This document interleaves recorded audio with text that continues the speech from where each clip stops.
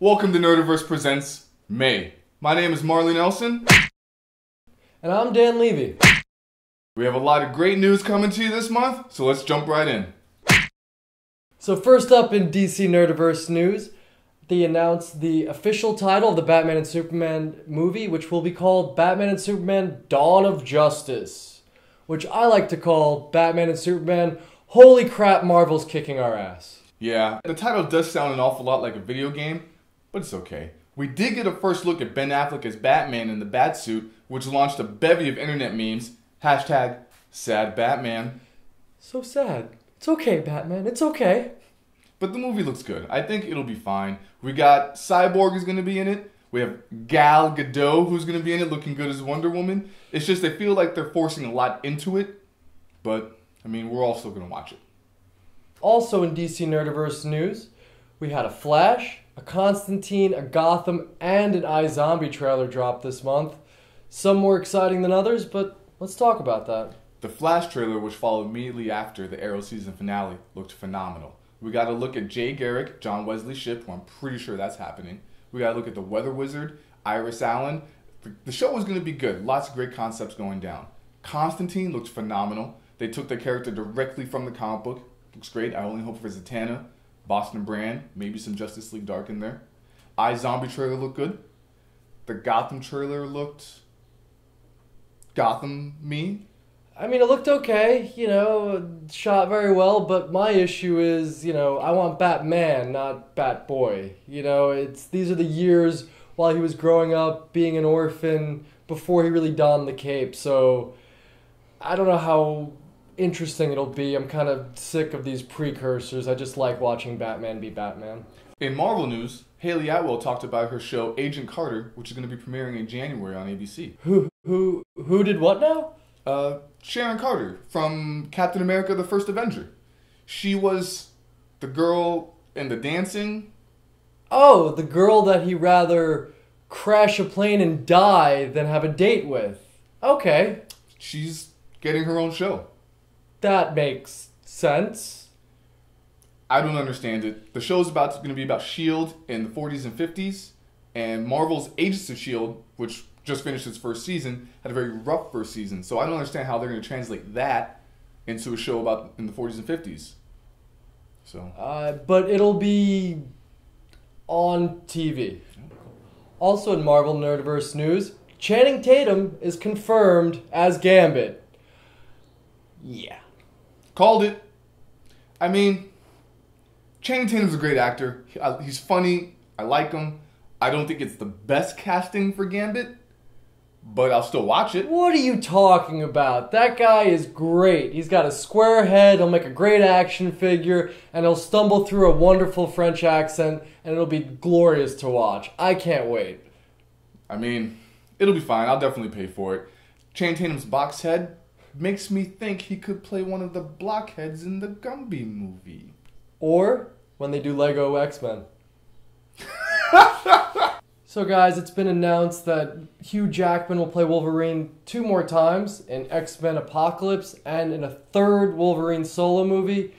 By the time it's all said and done, that will be 20 years of Hugh Jackman as Wolverine. That's right, guys. We're looking at 9 times Hugh Jackman has played Wolverine in a movie. And I gotta be honest with you, he nailed it. He perfected the role of Wolverine. He's going to be very hard to replace. And now what's really interesting about this character is that back in the first X-Men movie in 2000, Bryan Singer told the cast not to read any of the X-Men comic books to try and figure out the characters for themselves. Hugh Jackman said, "Snink, snink, not on my watch, bub." He went, read a stack of Wolverine comic books, and that's why the character has done so well. And it shows how much he cares about the character of Wolverine. And in sad news, Edgar Wright is no longer attached to Ant-Man. What? No, what? Why? Apparently, they didn't have the same vision for the movie. I gotta be honest, Edgar Wright directing it was probably the only reason I cared about the Ant-Man movie. What are you talking about? This has been his vision since 2006. He's like one of the best directors out there. He's, funny and witty and creative and Ant-Man. He's been doing this. Why? I don't get it. I don't get it. Marvel, what's wrong with you? Why? Let it out. Just let it out. It's okay. Oh, God. It's okay. So guys, in TV Nerdiverse news, we had 2 episodes of Agents of S.H.I.E.L.D. this month, including the big finale of Season 1. That's right. The Season 1 finale delivered like I said it would. The show just took time to get where it needed to go, and we got the huge finale. It all came to a conclusion with Deathlock, with John Garrett, and we got even more questions surrounding Agent Phil Coulson's return, and now leadership of S.H.I.E.L.D.? What? Exactly, guys. This, the series started off very slowly, but at the end of the day, it really picked up and actually got to where it wanted to be. This actually proves that a watch pot sometimes does boil. That's right. And Season 2 is going to be bigger, more characters, and we finally got all the origin stuff out of the way. We have more questions going on with Skye and her background. The show is going to be phenomenal in Season 2. And please, I know this is a stretch, but Agent Grant Ward, he has to be Taskmaster. Like, it just makes perfect sense when you line it up. It's gotta be, right? Like, it's gotta be. Also in the TV Nerdiverse, we had 2 episodes of Arrow, including the suspenseful season finale. I cannot wait for Season 3. That's right. The Season 2 finale was amazing. We got a lot of great conclusions to stories. We have the Deathstroke story, which was great, and we have the beginning of Oliver Queen as a hero now, no longer a vigilante. And we also have a little bit of questions going as far as what's happening with Thea. Now that Malcolm is a returning character, what's going to happen there? And also, did we get a brief look at possibly the introduction of Connor Hawke? That would be phenomenal. Season 3, I guarantee you, is going to hit the ground running. Arrow, can't praise it enough. Great show. Also with Season 3, it's really exciting to see DC starting to tie the universes together. We have Flash, Constantine, Gotham, hopefully all making connections or appearances in the series. Arrow's done a great job of introducing all these characters and really connecting all of the worlds together. Really great stuff. If you love DC, this is where you check it out. Not so much the big screen. Also, I will be a great Black Lightning if you wanted to put me in the show. Check out my lightning. Lightning! I'm Jefferson Pierce. I was an outsider. Lightning! Marley, you should have been here. Jefferson Pierce was here. Black Lightning. Stop it. Wow. Also this month, we had 3 episodes of Avengers Assemble, including the very exciting season finale, which introduced Thanos and Maria Hill in animated form. That's right. The whole first season was pretty solid. We got the introduction of a lot of lesser-known characters, Circus of Crime, to more popular characters like Guardians of the Galaxy, getting ready to set up those movies that are getting ready to come out into the future. The show is going to be amazing in Season 2, and I can't wait to see the characters they introduce then. Absolutely. Disney XD did a great job introducing all of these characters to a younger audience, getting them prepared and understanding their abilities, and getting them excited for their talents on the live-action stuff. Really great job. Really hope to see more of this. Good luck on Season 2. So this month we also had 3 episodes of Teenage Mutant Ninja Turtles on Nickelodeon. It's been really fun. I really enjoy this show. We got to see some Baxter Stockman. We got to see some Casey Jones. We even got to see some Pizza Face. That's right. We finally got the full mutation of Baxter Stockman to become Baxter the Fly. I always loved that character. Like, always loved that character. Slash, voiced by Corey Feldman, is super cool. And Pizza Face, I heard, unfortunately, he locked himself in a limo and ate himself to death. That is actually Pizza the Hut, which is a little different, but yeah, this stuff is great. Again, if you watch the cartoon in the 80s and the early 90s, this is what you want. This is what they're doing. Still haven't said cowabunga yet, and but they that's okay. still haven't said cowabunga. Well, I mean, I think they're just waiting for like a dramatic reveal, like that really heavy, tense moment, and Leonardo will just turn and be like, cowabunga. Ooh, I just got goosebumps from that one. That was good. Also this month, we had 2 episodes of BBC America's Real History of Science Fiction. We had Invasion and Time. And guys, if you haven't been watching this series, please do. It's been fantastic. Invasion, took us all the way through any kind of alien or visitor that we've had in the sci-fi world, from War of the Worlds all the way up to District 9, making stops at Men in Black, even all the way to E.T. the Extraterrestrial. Really good, hard look at all the different possibilities out there in the universe. And Time talked about all the different aspects of time travel. If we can travel through space, maybe we can travel through time. And it talked about Time Traveler's Wife, H.G. Wells' Time Machine, talked about the butterfly effect, and even mentioned Groundhog Day. So a really expansive look about these really serious subjects. And it's been great to see, as a nerd, something scientifically resonating with the rest of the world. This month started off right with Spider-Man 2. Came out May 2nd, made $91 million opening weekend, and warranted enough to spawn a bunch of sequels, spin-offs, and other chicanery. I mean, it was good, but it wasn't great. I mean, it shouldn't be any surprise to anyone how the story ended if you know the story between Peter Parker and Gwen Stacy. But what's cool about this movie is, yes, it is setting up a giant Spider-Man universe. We're going to get the Sinister Six movie followed up. We're going to get a Venom movie. And who knows what other movies we're going to get. But I hope that they're watching this and taking cue, because Felicia Hardy, the Black Cat, needs to have her own movie. And it needs to happen now. Also in movie news, Jay and Silent Bob's super groovy cartoon movie came out May 6th. Opened to wider distribution. Now, it's Kevin Smith. So with the director of Mallrats, I will support anything he does. Well, aside from Mallrats, obviously Kevin Smith's done a lot in the movie world and in the comic world. He did a big run on Batman. He has his own show, Comic Book Men, and his own Smodcast, Fat Man on Batman. Kevin Smith's very prolific in the comic community, so it's good to support people who have helped make comics as exciting and popular as they are now. Yeah, Kevin, give me a call. I'd love to be in one of your movies. I mean, real talk, you've had one black guy in like all of your movies, bro. And in Marvel movie news, X-Men Days of Future Past premiered, made a killing in the box office, but at the end of the day, still not the X-Men. I mean, it's not the X-Men that we want. It's not the X-Men from the comic books, because they don't like to acknowledge the comic book format, but it's okay. This was, a valiant effort, a good addition to the canon that Bryan Singer has done, but we all want a reboot. We really do. You reboot Spider-Man, you reboot these other things. Give this a reboot. Give it to a true comic book professional. Let them take the story where it needs to go. Seriously, why haven't there been costumes? I mean, I get it. We're not happy. It's okay. Most people at home will love these movies. They won't really care about the nitty-gritty specifics.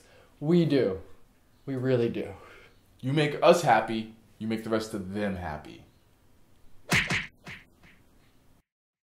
In the DVD Nerdiverse, we had a straight-to-DVD Son of Batman came out May 6th. Now, this is another great DC animated feature, and it features Talia al Ghul and Bruce Wayne's love child. And instead of Damian Wayne having a father-son moment, he spends most of the movie fighting Deathstroke, seeking revenge, and fighting a whole bunch of winged man-bats. That's right. The story is loosely based off of Grant Morrison's famed Batman run. It takes certain elements from the story, creating a brand new original story, which is a lot of fun. A lot of people have been into this because Damian Wayne is all of a sudden people's favorite Robin, which is cool, but let's be honest. It's Tim Drake 2 and Richard Grayson 1, the best Robins. Hey, at least it's not Jason Todd. People ragged on Jason Todd, but he wasn't, terrible. When he was dead, he was a great Robin. Also on DVD, to prepare us for Transformers Age of Extinction, we had Transformers Animated Series 3 Collection and Transformers Cybertron Collection 2 on May 21st. Now, guys, I hate these things. I really do. Michael Bay's ruined my childhood. The good news is they kind of coupled it together, so you have the animated stuff, which is, the heart and soul of this project, and then you have the soulless, corporate, mega million, billion, Megan Fox-ish, Shia LaBeouf crap that he's been doing. And yeah, fourth movie's coming, but if you like this stuff, DVDs, 2 of them came out the 21st. If you really, really want to see a great Transformers movie, 1985 Transformers the Animated Movie. It has got killer power balance! And Don Johnson is Rodimus Prime. That sounds way better than anything Michael Bay has done. And Jazz is alive in most of it. Anything. Maybe except The Rock. The Rock was good. Michael Bay did The Rock? He did The Rock. He gets one Does he pass. get wrestling royalties? Not that Rock.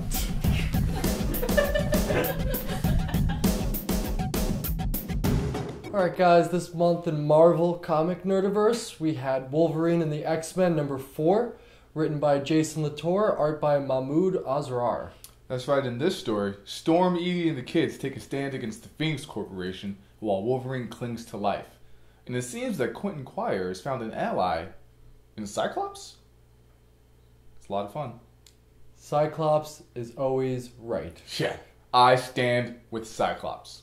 Also from Marvel this month, we had Thanos Annual #1, written by Jim Starlin and art by Dale Keown. That's right, this prequel to this summer's Thanos the Infinity Revelation is going to find Thanos fighting his future self, the Avengers, and maybe suffering a terrible defeat that's going to have repercussions felt throughout the entire Marvel Universe.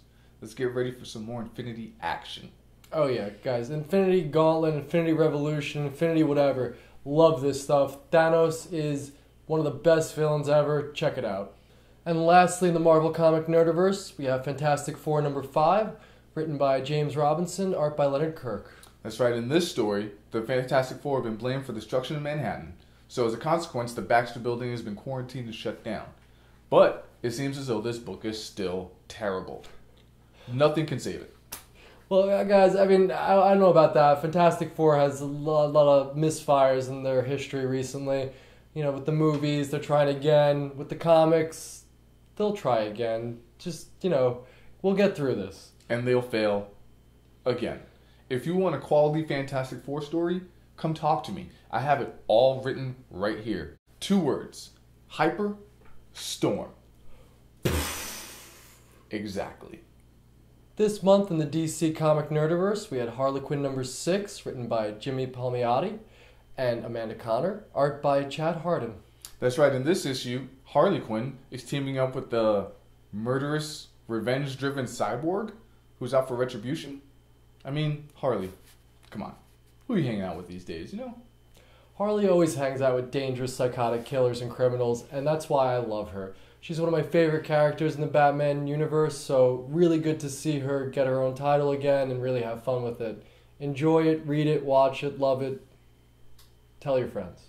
Also in the DC Comic Nerdiverse, we had Flash #31, written by Van Jensen and Robert Venditti, art by Norm Rapman and Brett Booth. That's right, this is taking place right after Flash Annual #3, as Future Flash, Future Mirror Master, and Future Wally West, who is now black, Gimmick, tried to stop the Future from invading Central City. Wait. Did you just say Wally West is now black? That's right, Wally West is now black Gimmick, and it seems as though what they're trying to do is because Iris Allen in the new Flash TV series was cast as a black woman, they are tying that in together with the comic books. Gimmick, so maybe something good can come from it. You know, they do need more diversity, Gimmick, in their comic books, and I feel like maybe this is a step towards that. I don't know. This sounds like a trick or a ploy. There's something. If the words are escaping me, Gimmick, I just can't quite figure out what it is about this. It's a gimmick. Definitely a gimmick. And lastly, in the DC Comic Nerdiverse, we have Constantine #14, written by Ray Fawkes and art by Aiko. That's right. It seems as though John Constantine may have given up his leadership of the Justice League Dark as he tries to save the last bits of humanity within him from fighting a creature out in the American Southwest. I mean, very interesting. The thing about Constantine for me is that it keeps changing writers, it keeps changing artists, so it's very hard to continue with the storylines. I keep getting thrown in and thrown out. Maybe this run will be a little better, but I'm kind of out of it.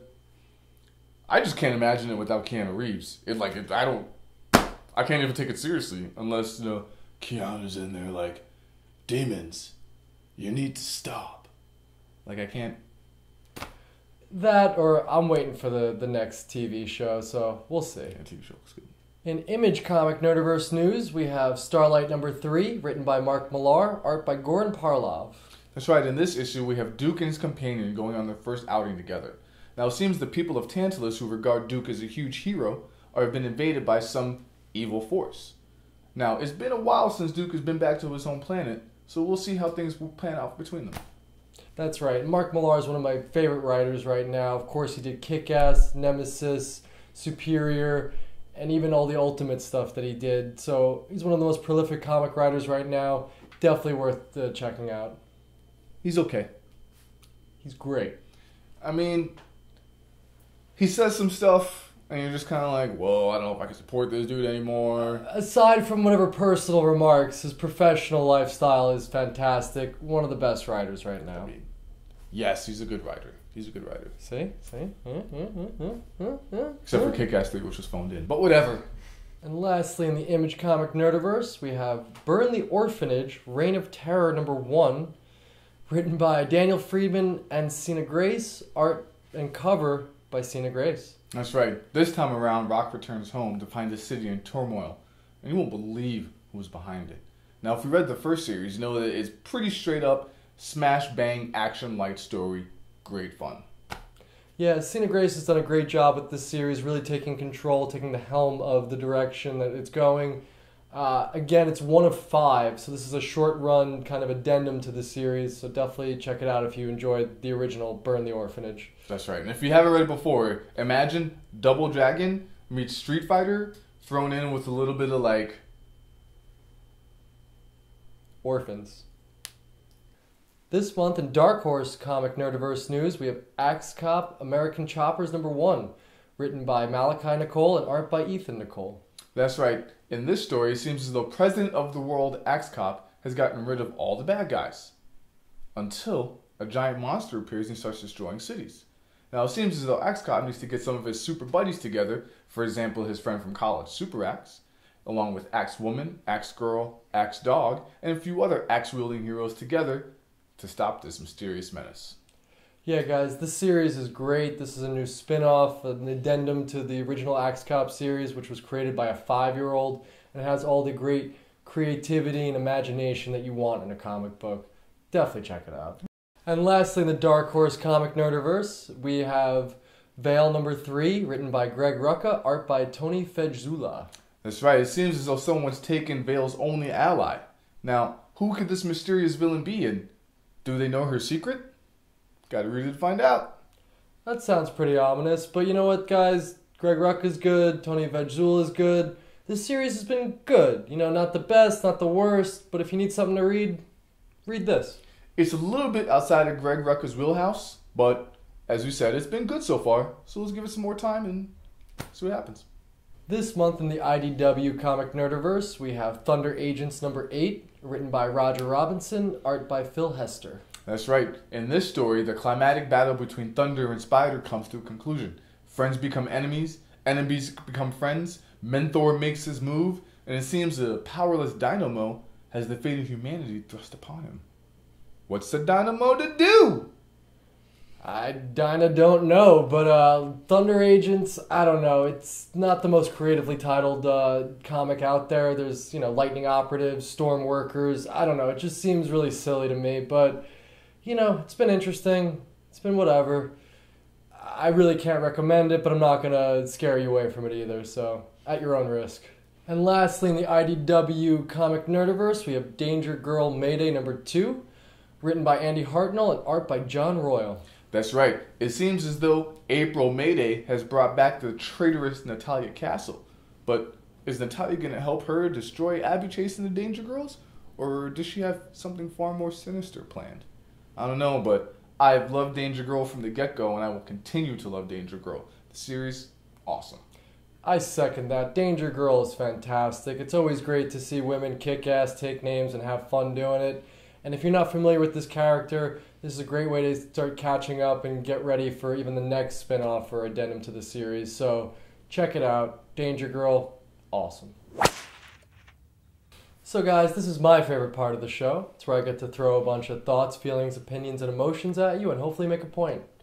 Today's topic is homosexuality in comic books. Again, a very weighted topic on this show. And no, we won't be talking about the allusions to homosexuality. No Batman and Robin jokes. No Wonder Woman growing up on an island with only women. We're going to talk about the openly gay characters in comic book lore. And to do that, I have my straight friend here, Marley Nelson. Now, as two straight males, it seems applicable to talk about this issue, especially since the ones who address this issue in the comic book world are usually straight males. So, with that said, let's talk about one of the first openly gay characters in comic book history, Northstar. Now, Northstar was introduced in 1979, and as early as 1982, they wanted to openly introduce him as gay, but they weren't allowed to. It took 10 years till the writers were able to have Northstar himself say that he was gay. And it took 20 years after that for them to get actually married to the person he loves. I find that absurd. He had a superhero who couldn't be the super person that he wanted to be. Which is not uncommon in comic books. This also happened with Hulkling and Wiccan in the Young Avengers. They had their story established where they were in a relationship throughout the series and then solidified at the end. Then the series was mysteriously canceled. And then almost 10 years later, in the Young Avengers The Children's Crusade, they were able to exchange their first kiss. Seems a little odd that they have to wait such a long time just for characters to be characters. And yeah, when they try to do it realistically, it ends up being a very slow, long process. Yet when they don't try to do it realistically, it's a huge, giant publicity stunt. Case in point, Alan Scott Green Lantern, where they had a 5-month advance notice of, watch out, a DC character is gay, who will it be? Just to drum up business and drum up sales. And DC isn't the only one who's done this. Archie Comics pulled this stunt as well with Kevin Keller, introducing him in 2010. And getting him married a few years later, which actually got the ire of 1 million moms. It just seems it's either you do it poorly and slow, or you do it poorly and fast. And that seems like a bad combination either way. Well, they were able to do it fairly well in J.H. Williams and Holden Blackwell's Batwoman. But ultimately, when they wanted to have Kate Kane marry her life partner, Maggie Sawyer, they were mysteriously taken off the book. DC didn't want to have a married same-sex couple. But DC's excuse was that we don't want to have any marriages in our universe. Which is funny because I was talking to Aquaman and Mira the other day, and their marriage seems to be doing pretty alright so far.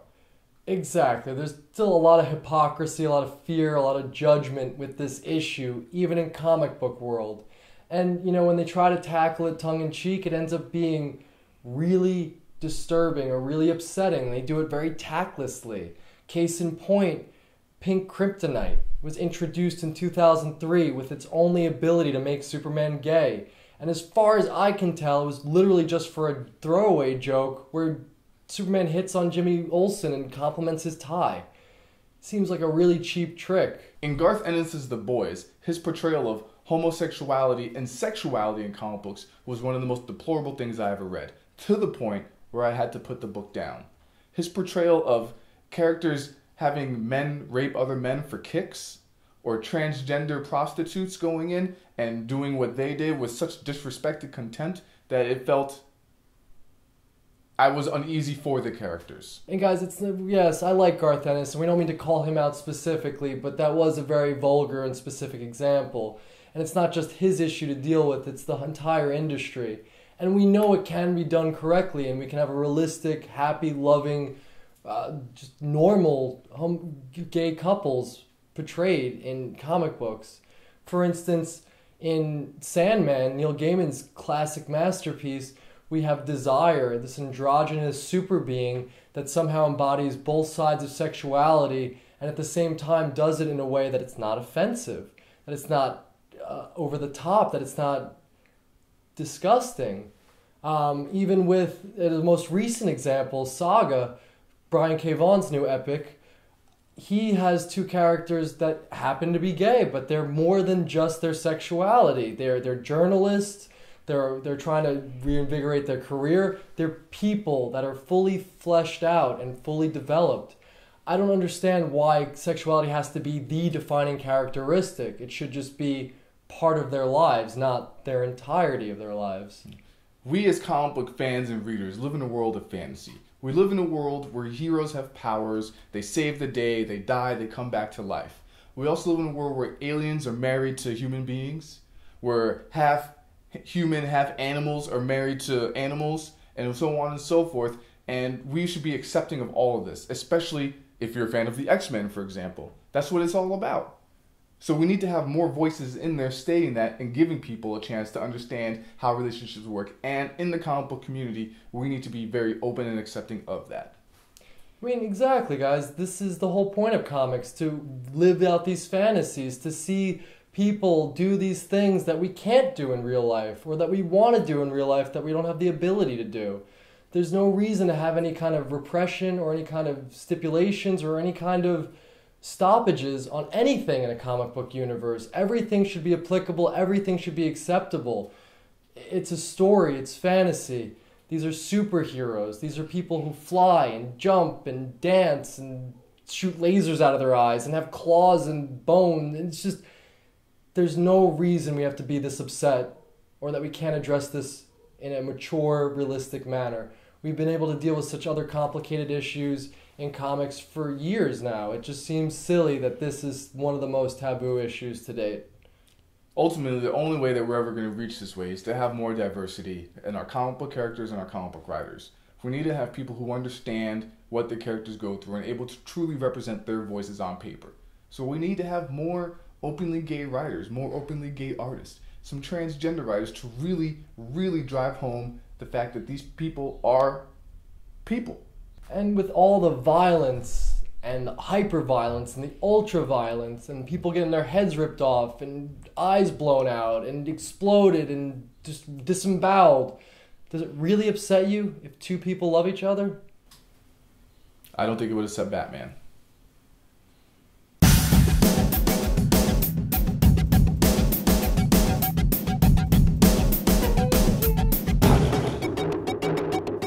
Don't touch little boys.